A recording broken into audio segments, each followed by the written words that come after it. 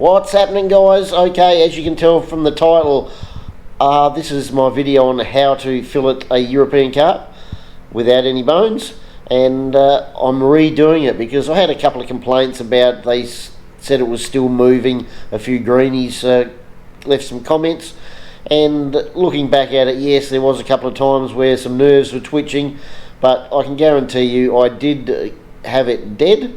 But I've decided to re-edit it and put from another video I did a bit later on in my trip where I did another carp. So I've edited that into this video, so you'll see a mixture of a couple of different videos.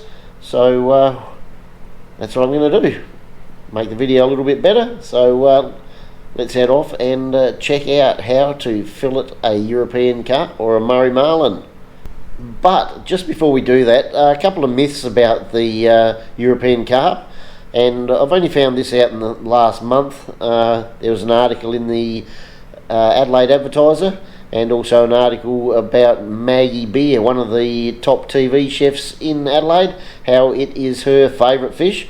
And another myth that they're mud dwellers, and in the article it said that's a complete lie. They don't just hang around in the mud. So just thought that might be an interesting fact for a few people. So let's go ahead and show you guys how to fillet a European carp with no bones and some nice white meat. What's happening, guys? Welcome to Drifting on Gilligan, and today we're going to do a little bit of a different video. I'm going to show you how to fillet a European carp or a Murray carp, or as I like to call them, a Murray marlin. Now in Australia you're not allowed to put them back, they're a bit of a pest, so just letting people from overseas know what the deal is with the European carp. So usually you kill them as quickly as you can, and then usually the pelicans or something will take them, put them up on the bank. But they get a bad name for eating. No one likes eating them, although there are some restaurants that have them, and I don't actually mind them. And usually the problem is they've got too many bones, but I'm going to show you a way where you can get a nice little fillet out. You need a reasonably big carp to get the fillet because you don't get a lot of meat out of it, but I'll show you all about that in a minute.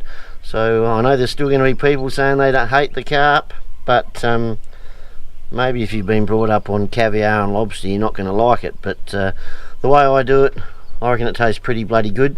So we're going to show you how to fillet it, and then we're going to do a bit of a cook up. So here we go. So there's the fillet. I'm not too sure if that first video worked, so I'll do the other side. But that's the skin I've cut off, and that's the area that you want to fillet, the belly back down. Just turn him around, doesn't matter about the dirt and everything. Cut down along the head, get rid of some of those scales, and this is the bit we're after, this belly bit here. So I'll get my bigger knife, we go straight down the middle pretty well. Takes a bit to get in there. Clear some of those scales out the way,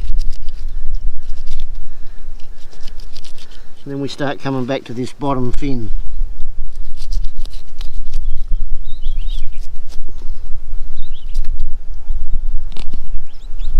And as you go through you can feel it touching the ribs. The ribs will go down there. Get the other knife now. You want to get right down on those ribs.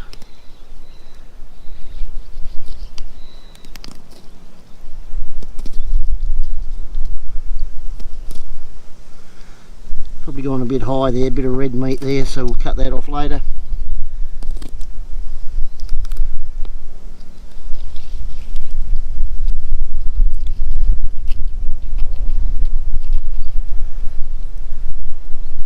We'll push them down onto those ribs.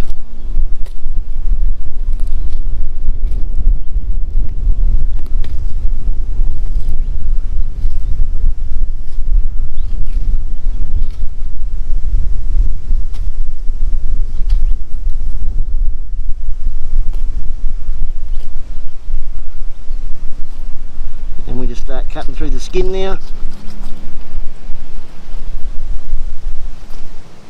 Got a fin there. And there we have it. A little bit of red meat up the top there. So we'll just cut that off. Cut through there. Get rid of that. And we'll get the skin off. So cut into there. Oh, leave a little bit of a handle to grab hold of. Got thick skin, so you can go get down into that skin a bit. If I had a table, she'd be a lot easier.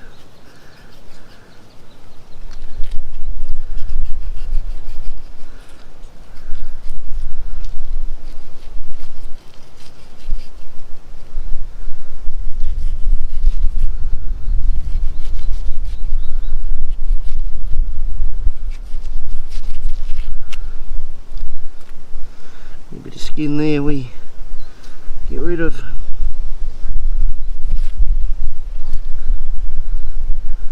There we have it. Cut that little bit of red meat out. And there you have a nice fillet, no bones. We'll clean that up in some water, put some lemon pepper seasoning on it. That's going to taste beautiful. There is your nice little fillet. Touch your red meat there, you can cut that off if you want to. Just make sure there's no bones down in this bit. Sometimes I get some there, but that's pretty good. And we'll just take that skin off. Hold it down in there. And go along the flesh, the skin. Skin's pretty hard, so usually you can get through it pretty good. Just keep sneaking up on it and pushing down.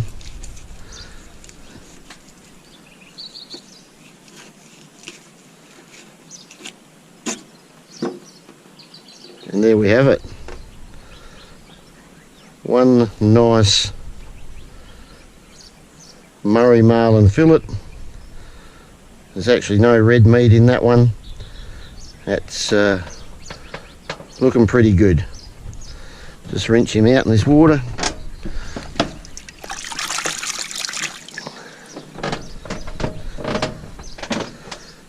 And there you have it. A nice little fillet. Now you probably need 2 or 3 carp to get a decent feed, but that's going to be nice, a few of those cooked up in a wrap. And we'll cook it up a bit later on. But I'll show you in a minute what I do. I usually do put my favourite seasoning on it and leave it for a few hours. So lemon pepper. So we have got a bit of a fin just there, so we'll just trim that off. And there we have it. Chuck some lemon pepper seasoning on that. Leave it for overnight or for a couple of hours, and we're going to cook that up this afternoon. So time to cook up this bit of Murray marlin. I've only got the one bit there. I actually stuffed up a bit with the other side fillet, so I'm just going to do the one for this. Just heating the fry pan up. It's about 5:45 at night here at Bow Hill. All this stuff there is a bit of a wind protector for me fire there. But yeah, nice night here at Bow Hill. So just let it heat up a bit, then I'll put some butter on there. Trying to do this one-handed while I film. So if you're new to my channel, the main part of my channel is every Wednesday I put out a new video of my adventures travelling up and down the river. And in between that, every now and again I'll just do some different little videos, a bit like this one. Catch and cook, or I do a few on campsites along the Murray, little spots I find that people might be interested in.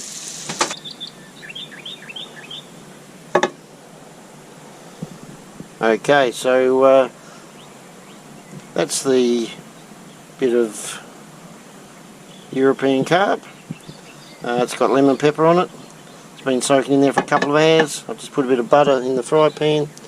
It's not going to take long to cook. It's fairly thin bit of meat. We'll just put that in there and get that sizzle going. That's what we want to see, a nice sizzle.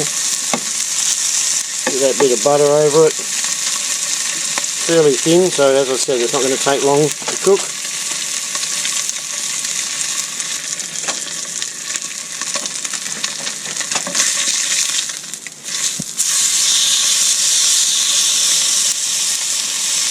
So that's the seasoning on there, the lemon pepper burning a little bit.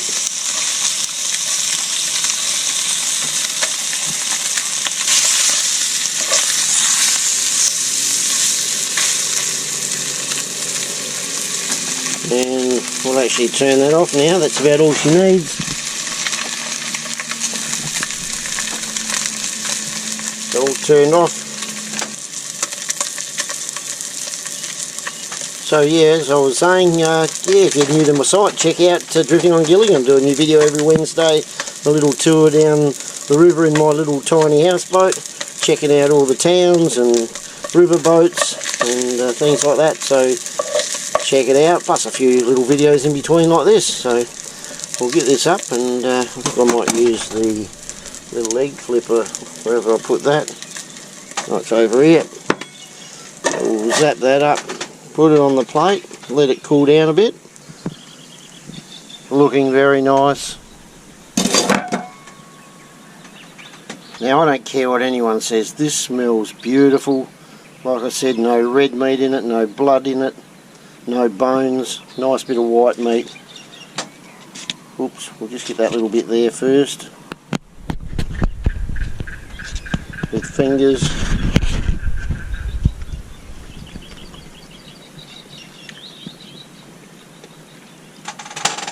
That's beautiful.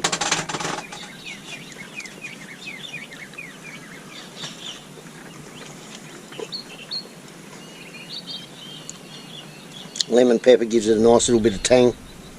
The meat's pretty good.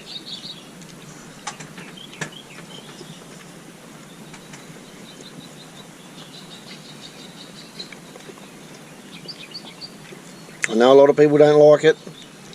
Give this a go and see what you think. Fantastic.